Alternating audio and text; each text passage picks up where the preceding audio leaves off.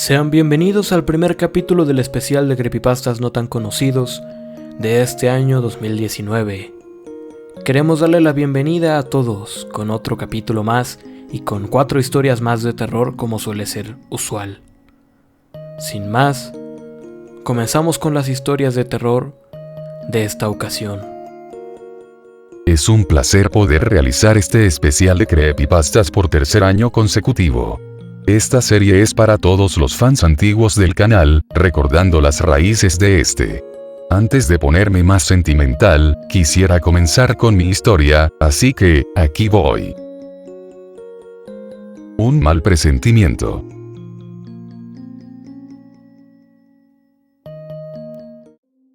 Ser enfermera significa trabajar mucho y recibir poco. Esto es particularmente cierto después de salir de un doble turno a medianoche. Todos los olores se acumulan en lo más profundo de tu nariz hasta que terminas convencida de que no lavaste tus manos lo suficientemente bien antes de salir, y sabes que solo te quedan algunas preciosas horas de sueño antes de despertar y volver a empezar. Ya pasaba de medianoche cuando salí del hospital en dirección a mi automóvil. Arrojé mi bolso por delante, y en lugar de caer en el asiento del copiloto, golpeó uno de los costados y cayó. Todo lo que contenía terminó esparcido libremente por el suelo. Mi goma de mascar, el maquillaje, la cartera, el celular, todo completamente regado y perdido en la oscuridad. Aquel final parecía coronar el día tan pésimo que había tenido. No tenía ganas de ponerme a buscar, solamente quería llegar a casa. Segundos después de abrocharme el cinturón de seguridad, me encontraba conduciendo por aquellas calles desiertas. Aún vivía con mis padres pues intentaba ahorrar para comprar un lugar propio, situación que tenía sus ventajas, como la cena que mamá siempre me reservaba en el refrigerador. Seguramente las cosas irían mejor después de un baño caliente y un poco de lasaña casera. Atravesaba un trecho bastante tranquilo de Holland Street mientras tarareaba una canción de Phil Collins, cuando el ambiente fue inundado por destellos azules y rojos. Un vistazo rápido al retrovisor terminó revelando la silueta de un automóvil tras las luces destellantes. Sin embargo, no escuchaba la sirena. Probablemente serían innecesariamente ruidosas en aquellas horas de la noche. Maldición, murmuré. Me di cuenta que no conducía demasiado rápido y, hasta donde sabía, todas las luces del auto funcionaban. ¿Por qué me estaba parando la policía? Lo que me faltaba.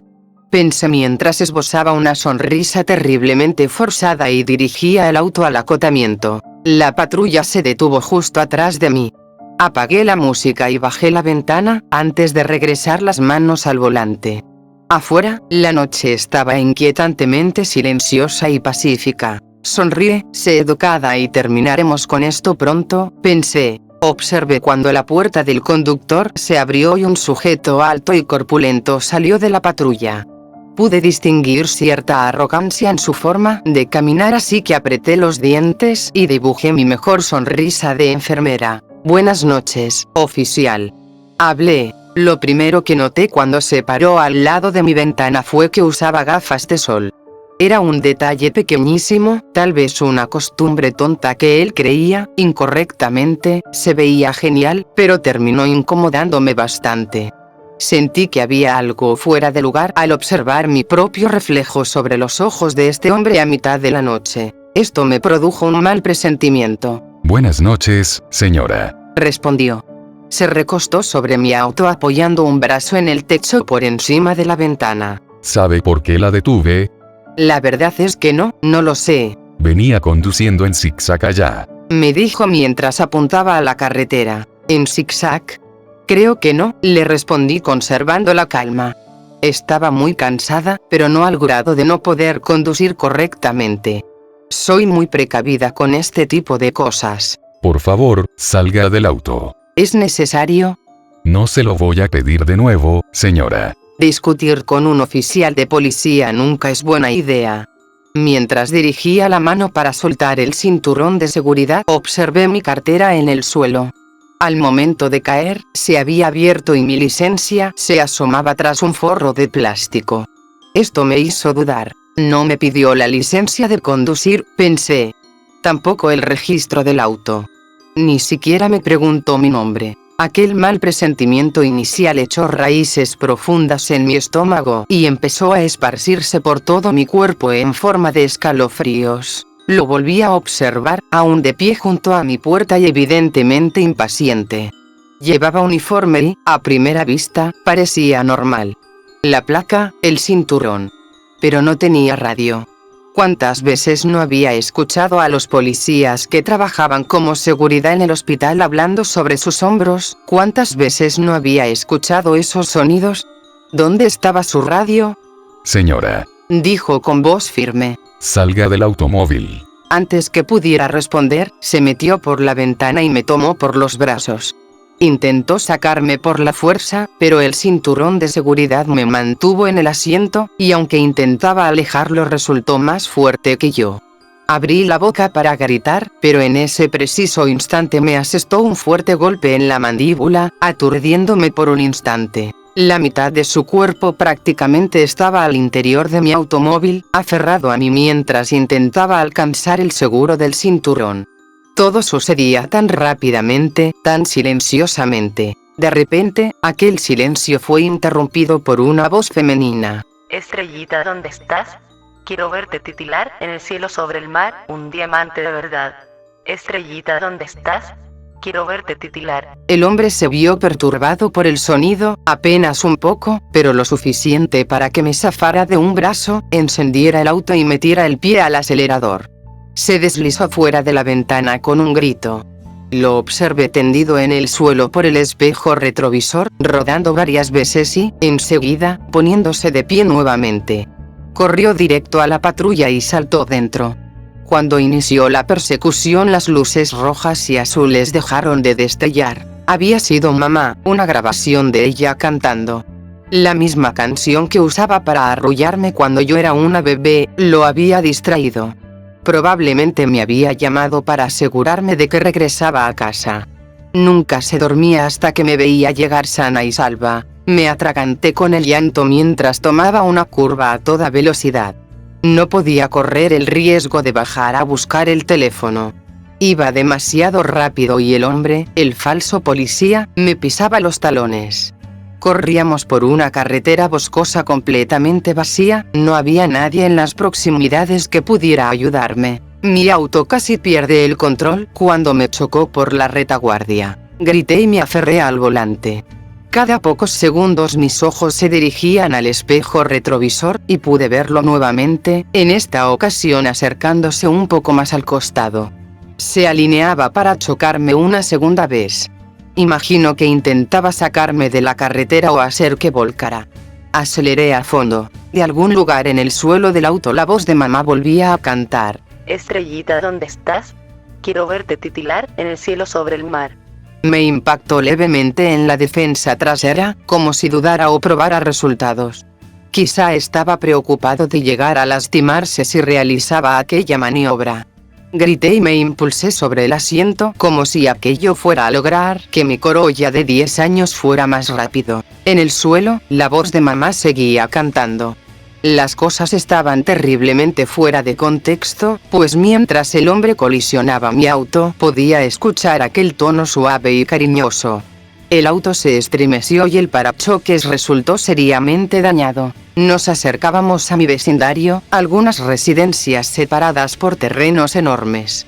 Los carteles que señalaban la entrada a mi calle parecían brillar de una forma particularmente intensa. Podía sentir los latidos de mi corazón pulsando bajo mi pecho, y el sonido irregular de mi pesada respiración se veía agravado por la sangre pulsando sobre mis oídos. Mamá. Susurré. Aquella palabra sonaba tan extraña en mi garganta apretada. Mamá. Estrellita, ¿dónde estás? Quiero verte titilar en el cielo sobre el mar, un diamante de verdad. Los neumáticos chillaron mientras ingresaba al vecindario. Mi casa estaba a tan solo una cuadra de distancia. El pánico se hacía cada vez más grande en mi interior. Me volvió a chocar, esta vez con más fuerza, y los neumáticos traseros de mi auto derraparon de forma peligrosa.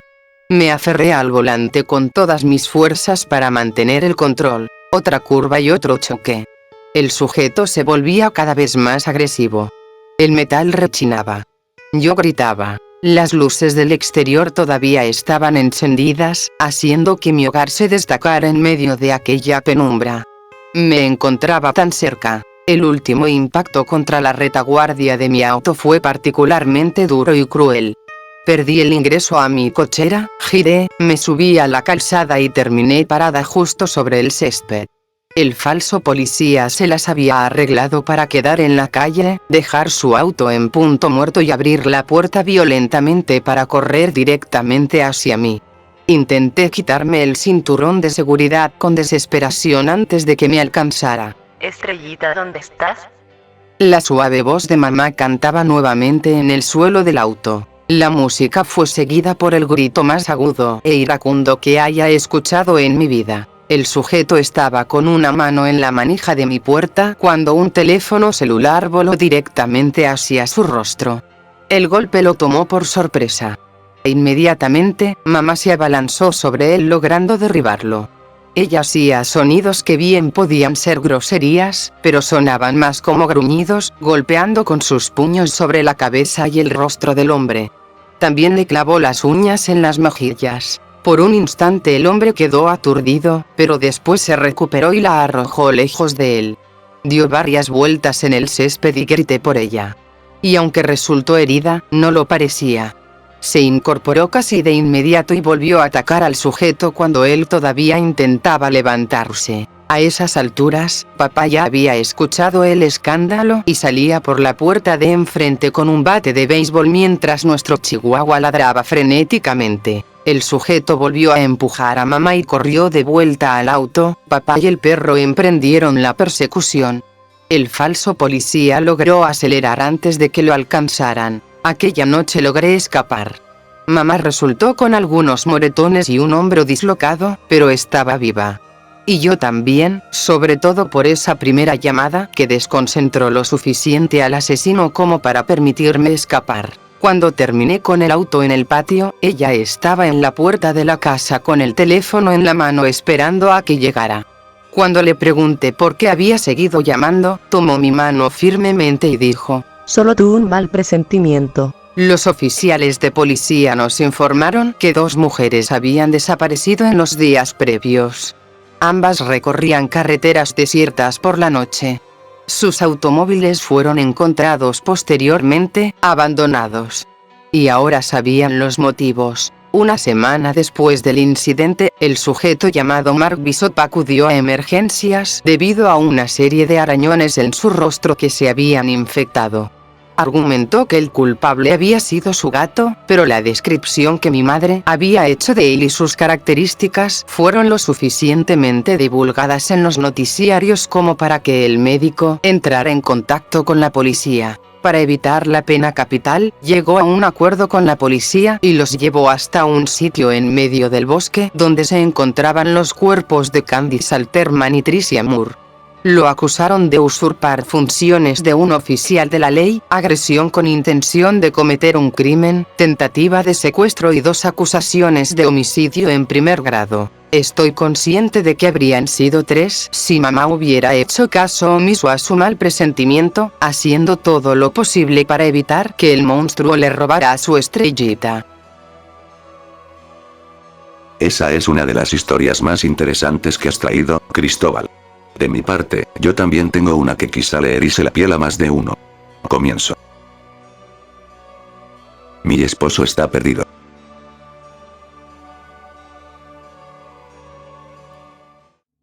Hace días que no veo a mi esposo. A últimas fechas su agenda se ha vuelto terrible, los turnos en el trabajo son de 12 y 13 horas. Sin contar el tiempo que le toma conducir hasta su lugar de trabajo, un recorrido que agrega entre 1 hora y media y 2 horas en cada recorrido. Para cuando llega por las noches, ya estoy dormida y se va antes de que salga el sol. La compañía tiene una política muy estricta de no permitir llamadas telefónicas, por lo que me resulta imposible comunicarme con él durante el día. La Navidad pasada le obsequié un manos libres Bluetooth para que pudiéramos conversar mientras manejaba, pero hace casi un mes que dejó de funcionar. Sé que no tiene la culpa, pero lo extraño demasiado. En ocasiones me despierto cuando se sube a la cama y me abraza, y vuelvo a dormir sintiéndome protegida entre sus brazos. Siempre que despierto ya se ha ido, pero sé que estuvo en casa porque deja la luz del porche encendida. Esta mañana pude escucharlo mientras se preparaba para ir a trabajar. Cuando desperté lo encontré de pie a mi lado, acariciando delicadamente el cabello sobre mi frente. Todas las luces estaban apagadas, así que lo único que pude distinguir fue su silueta. Se inclinó y me dio un beso en la sien. «Te amo», le dije. Me respondió con otro beso en el cuello. Ya falta poco. Susurró. Sabía que esto quería decir que su horario de trabajo pronto regresaría a lo habitual y tendría oportunidad de pasar más tiempo conmigo. Después se fue, y rápidamente volví a caer en el sueño. Al despertar encontré un nuevo mensaje de texto que decía: Buenos días, hermosa. No puedo esperar a esta noche. Me sonrojé un poco. Siempre había sido tan encantador. Le respondí con un corazón y me dispuse a prepararme para el trabajo. El día transcurrió con perfecta normalidad. Recibí varios mensajes de texto de mi esposo a lo largo del día, la mayoría diciendo: Estoy emocionado por esta noche. Y la verdad es que yo también me estaba emocionando. Quizá lo dejarían salir un poco más temprano y tendríamos la oportunidad de salir juntos. Terminé mis deberes y me dirigí a casa con una sonrisa en la cara. Me preparaba para la cena cuando escuché que tocaban a la puerta. Creí que se trataba de un agente de ventas, así que me apuré a abrir para decirle que no estaba interesada. En lugar de un vendedor, me encontré cara a cara con un oficial de policía de rostro solemne. Buenas noches, señora. ¿Es usted la señora de Norrington? Sí. ¿En qué le puedo servir, oficial? Me mostró su placa y se presentó. Soy el oficial Marcus. ¿Me permite entrar? Se trata de su esposo. El corazón empezaba a acelerarse dentro de mis costillas. ¿Mi esposo? Por supuesto, pase. Me aparté para permitirle el ingreso y el policía se quitó la boina. ¿Hay algún problema? ¿Hay algún sitio donde podamos sentarnos? Lo llevé a la sala de estar. La televisión aún estaba encendida transmitiendo una repetición de Modern Family.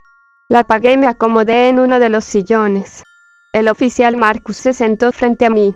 Lamento ser quien tenga que comunicárselo. Empezó a hablar mientras luchaba por respirar.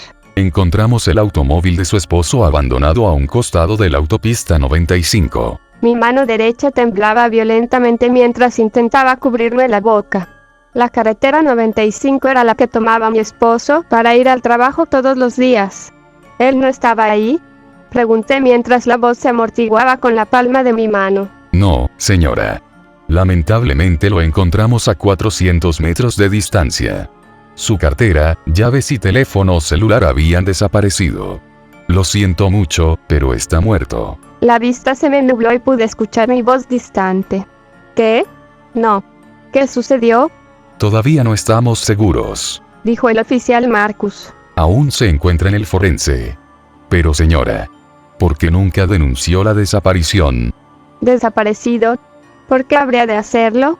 Lo vi apenas por la mañana, cuando se fue al trabajo. Lo que el oficial me dijo a continuación me congeló la sangre. Incluso ahora intento procesar la información. Nada tiene sentido, Señora, dijo en un tono generalmente reservado a los familiares ancianos. su esposo murió desde hace 3 semanas.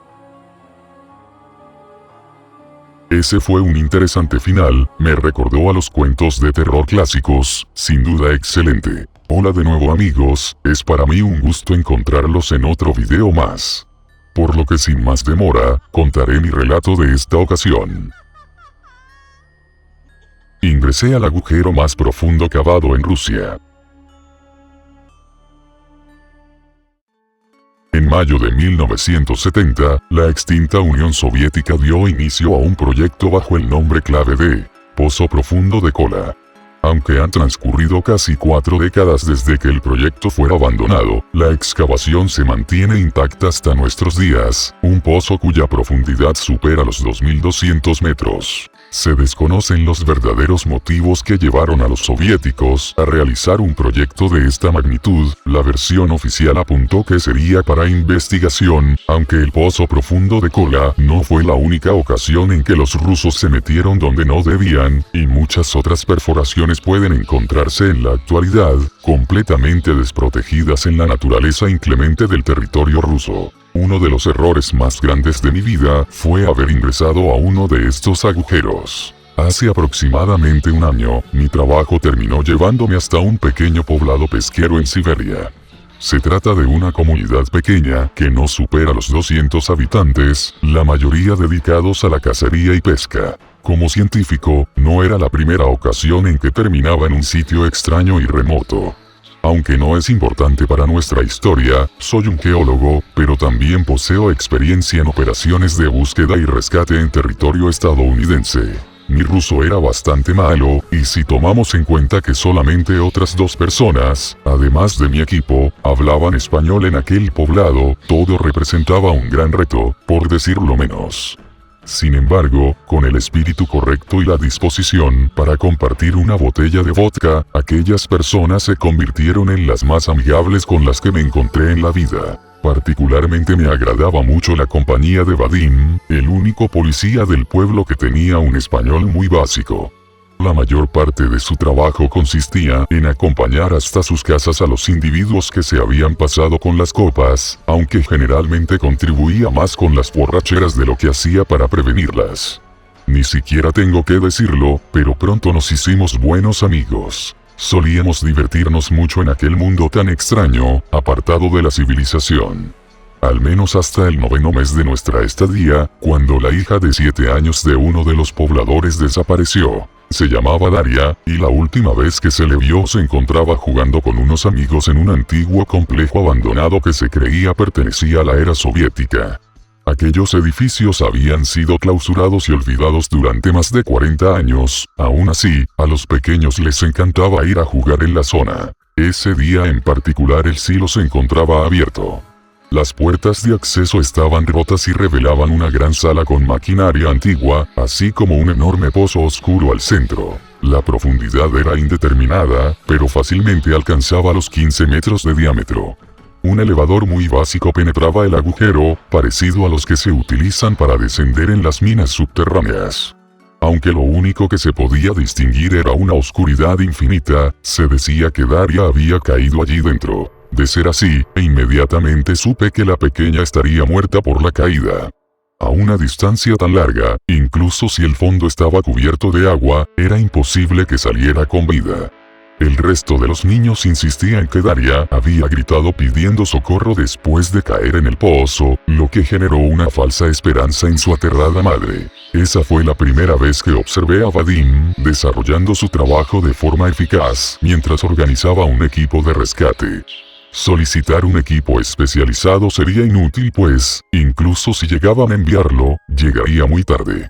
Como tenía experiencia en este tipo de situaciones, así como entrenamiento en primeros auxilios, me postulé como voluntario junto con otro de mis compañeros, Stanley. Mientras un par de mecánicos intentaba traer a la vida la antigua maquinaria, incluido el elevador, até un pequeño peso a una cuerda para intentar determinar la profundidad.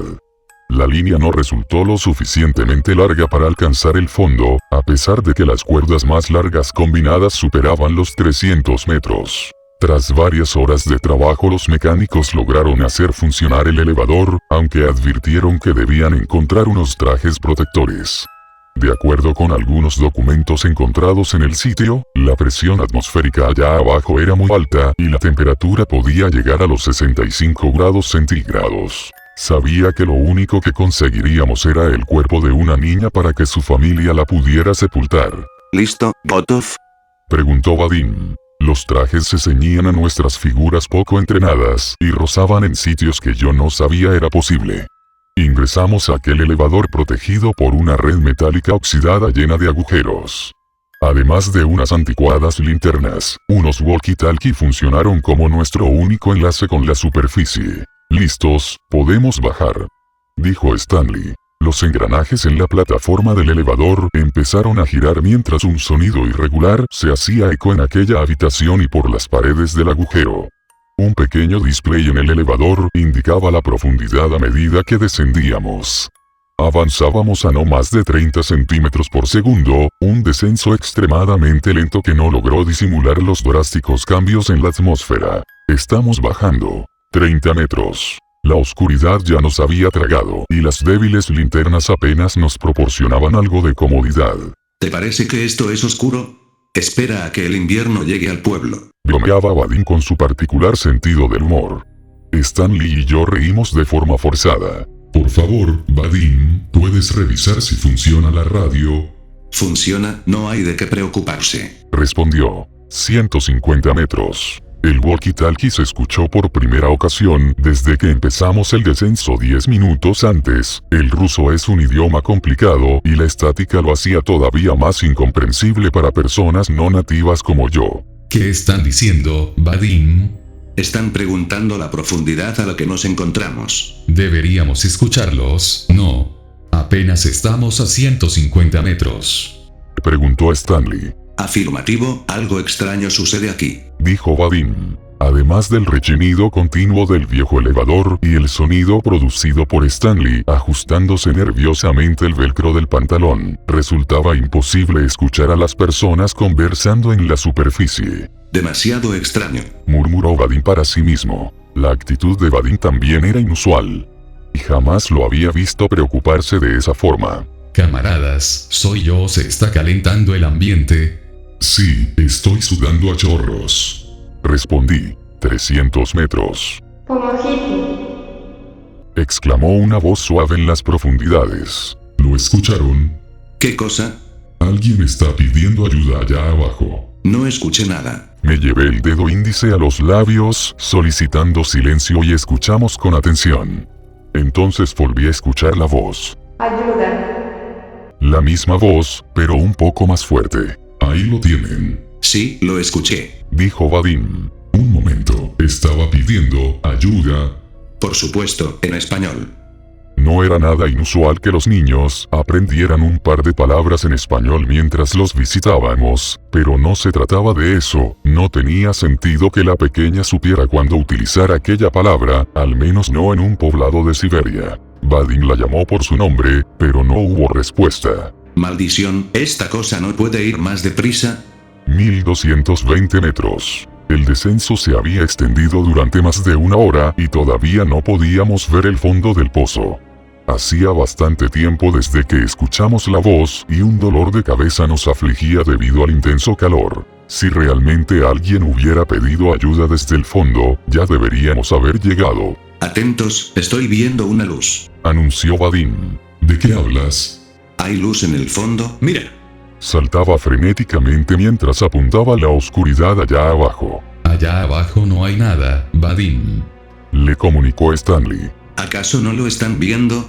Es resplandeciente. Completamente confundido regresé a ver a Stanley. Lo primero que se me vino a la mente fue que Vadim había empezado a alucinar debido al intenso calor y la oscuridad. 1500 metros. Ninguno volvió a hablar desde que Vadim mencionó lo del resplandor. Nuestro estado de ánimo decaía mucho más rápido que el elevador, por si fuera poco el dolor de cabeza estaba alcanzando niveles insoportables. De repente, el elevador frenó el descenso de forma violenta. Me arrojó directamente al suelo y en ese mismo instante perdí el conocimiento. Transcurrieron lo que supuse fueron algunos segundos hasta que recuperé la conciencia. Stanley estaba junto a mí, completamente inmóvil.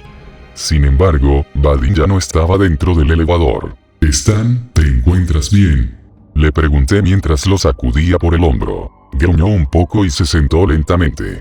¿Qué rayos acaba de pasar? No lo sé, amigo, pero Vadim desapareció. ¿Cómo? ¿A dónde se fue?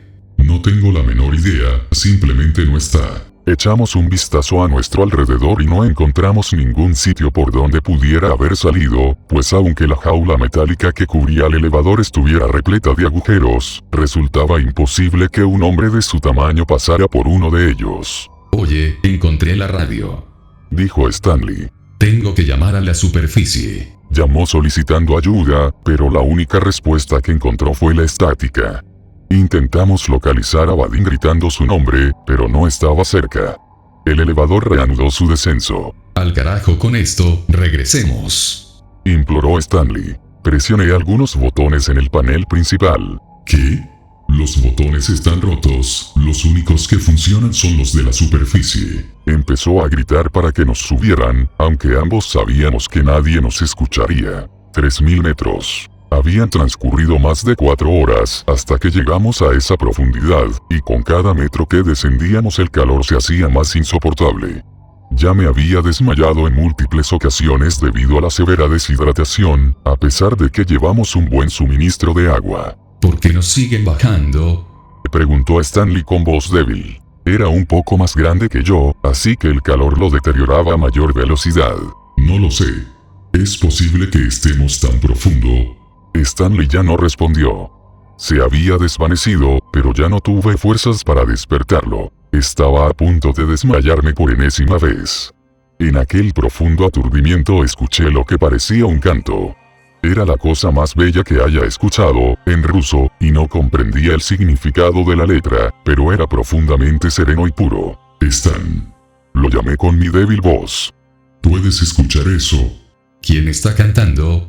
Alcanzó a murmurar. Un resplandor emergió de las profundidades, y el canto se hizo más fuerte. La estoy viendo. La luz. Le dije. El elevador se detuvo nuevamente. Stanley había desaparecido. De la misma forma que Vadim, se había esfumado en el aire, pero en esta ocasión el resplandor se mantuvo, una linda y cálida luz. Empezó a dirigirse en mi dirección, y entre más se aproximaba mayor era la paz que sentía. Y entonces, no hubo nada más. Una semana después desperté en el hospital. Un grupo de cazadores me encontró en medio de un bosque al este de Rusia. No tenía ningún tipo de identificación o forma de probar mi identidad, y como decían, mi historia no tenía sentido. El dichoso agujero no existe en ningún registro público, algo que no resulta particularmente sorprendente, pero cuando investigué más a fondo, me di cuenta que el pueblo donde había estado la mayor parte del año ni siquiera aparecía en los mapas. Todo esto terminó pasándole factura a mi salud, dejándome varias lagunas mentales, aunque logré recordar el número telefónico de algunos colegas. Cuando llamé a estos números, todos fueron directamente a buzón o personas totalmente desconocidas me respondían. Tras una extensa investigación se me permitió regresar a los Estados Unidos con una documentación de emergencia, pues mis huellas dactilares coincidían con otros documentos que comprobaron mi identidad, lo que ayudó mucho en el proceso. Obviamente, no tenía ningún historial criminal. Cuando regresé a casa encontré que pertenecía a otra persona, y que la habían estado ocupando desde hacía al menos una década. Me tomó un tiempo asimilar lo que había sucedido, pero algunos cambios eran demasiado evidentes como para ser ignorados. Haciendo a un lado los cambios personales, incluso algunos datos históricos no coincidían con las cosas que había aprendido. La geografía del planeta es radicalmente distinta, un continente entero desapareció del mapa. La negación es una herramienta muy poderosa. Me llevó muchos meses aceptar este hecho tan complicado. Su mundo no es el mundo al que pertenezco. Y con esto hemos dado inicio al primer capítulo de Creepypastas no tan conocidos, en su especial de este año 2019. Esperamos que las historias hayan sido de su agrado y los invitamos a quedarse, pues todavía falta terror extra. El terror apenas acaba de comenzar. Y recuerda, hay cosas allá afuera que quieren hacerte daño, pero lo que está detrás de ti tampoco es muy amigable.